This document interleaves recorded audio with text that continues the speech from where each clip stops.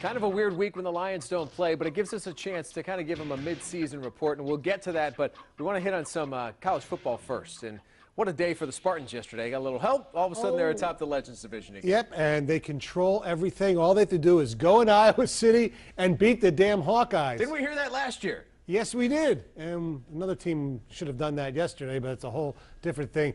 Michigan State, they certainly didn't make it look easy. And they have some problems. Edwin Baker's got to hold on to the ball. Le'Veon Bell did a nice job. He's your #1 running back. And this is it. They win this game. Dare I say, Indiana. And then at Northwestern, we saw what Northwestern could do yesterday. So let's face it, the Big Ten is I mean, who is the best team in the Big Ten right now? Penn State. No. Yeah, I know. Hey, if they win the games, they deserve to be in the championship game. If they beat Nebraska, beat Ohio State, beat Wisconsin, if they go through that, they deserve to go to the game. But they're not. Okay? I agree. But you asked who's the best team right now. You still think they're the best team? They're 5-0 by record. No, I don't think they're the best team. Forgetting about record. I guess Michigan State's the best team, and they got a chance to prove it over the next couple of weeks. It's either Michigan State or Wisconsin, and Michigan State beat Wisconsin. Right, so I'm with you. It's just not very good. But Michigan State, give them credit. They could have, folded. They didn't. They came back and they won the game. Your thoughts on Michigan before we switch over to the Lions? Thoughts on Michigan, first of all.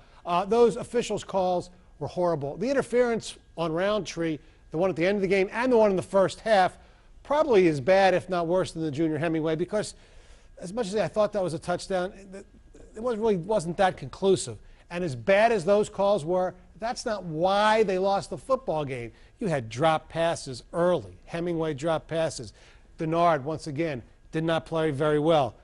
Devin Gardner, he doesn't look like a guy that's going to be great right now. I mean, I think they should just end this experiment. Just let Denard play. And just go. You know what? They're better off running the damn spread that they had last year. It's tough to try to get a new system in with the players that are in place. The defense played pretty good, except for the, stopping Coker. You'd like to see them get one of the signature wins. Beat Nebraska, beat Ohio State, go to a bowl game, consider it a good season. Even if they beat Illinois on the road, that gives them 8 wins. Who would have thought they'd win 8 games?